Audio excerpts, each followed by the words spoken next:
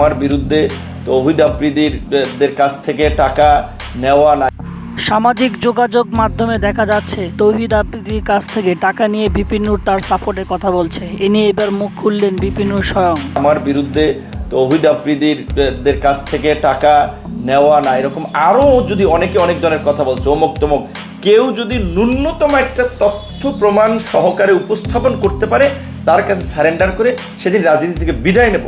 কিন্তু আমার অনুরোধ থাকবে যে মূর্খ কিংবা অজ্ঞদের মতো আমরা কারো সম্পর্কে সঠিকভাবে না জেনে শুনে কোনো তথ্য প্রমাণ ছাড়া একজন মানুষকে যেন ভুল না বুঝি, বিভ্রান্তি না ছড়াই, যেটা আমাদের দেশের মানুষের একটা কালচার অনেক ক্ষেত্রে, যেটা যে কান নিয়ে গেছে চিলে, কানে হাত না দিয়ে চিলের পিছু ছোটা।